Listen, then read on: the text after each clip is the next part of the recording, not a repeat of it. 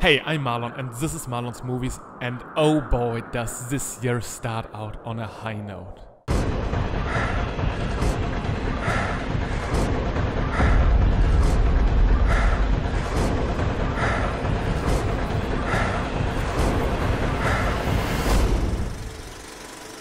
The Revenant by Alejandro González Iñárritu stars Leonardo DiCaprio as a frontiersman in the 17th century.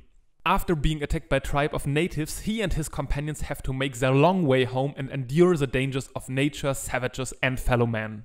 Alejandro Iñárritu's story has a few more twists and turns up its sleeve, but I do not dare to spoil them because they're just too good. What we have here is a mix of action movie, western, survival story and so much more, and everything feels real and genuine. You feel the weight, you feel the impact, and when it hits, it hurts.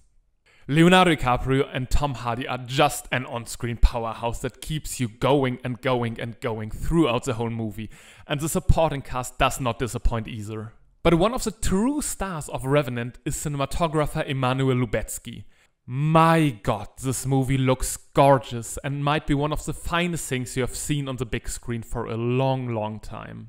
It seems as if Birdman was merely practice for Lubezki and Iñárritu, cause what they show you in Revenant is simply breathtaking.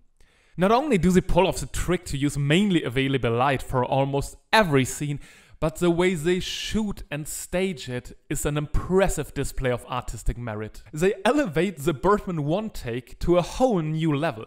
Action sequences are shot in takes that are longer than usual, but not unbroken and edited so precisely that the flow feels almost overwhelming. The result is some haunting imagery and an intense piece of visual storytelling. The movie, however, is not for the faint of heart.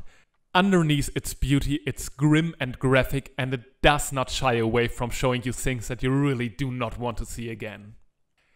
The world of the Revenant is cold and cruel. People are driven by revenge, by hate, by desperation, until they are figuratively and literally torn apart. Yeah, more than once.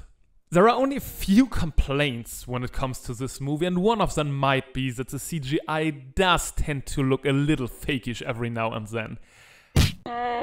Especially the scene where Leo encounters the bear, which is among the best in the whole movie, breaks the illusion whenever we see a close-up of the animal. The other thing that I didn't like was just a personal issue. I'm sorry, but I'm so tired of the old cliches that people are seeing visions or memories or flashbacks or ghosts of their loved ones. Once again, The Revenant does it in a nice way, but I still feel it didn't have to be in the movie. Nevertheless, even these iffy scenes are acted out greatly by Leonardo DiCaprio, and who knows, he might be finally on his Oscar road with this one. So if you liked The Revenant as much as I did, what to watch next? Believe it or not, there is a supernatural horror version of basically the same story, and it's called Revenant. It's a completely different movie, but it has its own flair and captures the feeling of the frontier quite uniquely. It's an odd horror film, but not a bad one if you like the genre. If you want to see and experience the frontier in a different way, one of your safest bets these days is Slow West. It's more of a traditional western than Revenant and Revenant, but it's beautiful in its own way. Some great shots of landscapes and Michael Fassbender at his finest. If you're in for a modern western, Slow West is the place to go for you. If you like the survival aspect of The Revenant, you might want to take a closer look at Liam Neeson's The Grey. It's more or less taken with wolves, but it's kind of entertaining every once in a while. No milestone by any means, but take a look if you're in the mood. But to be perfectly blunt, Revenant is by far the best of the bunch and might already be one of the strongest films of the year. Let me put it this way. This is one of the movies cinemas are made for. If you're not afraid of blood and have the slightest affection to the scenery of the western frontier, you should not miss out on this experience. There is so much talent involved here that we have to take a closer look at it.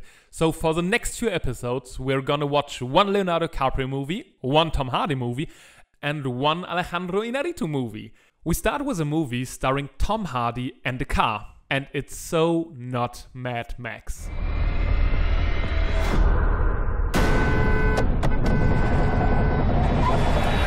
This is Marlon, signing out. I will do what needs to be done.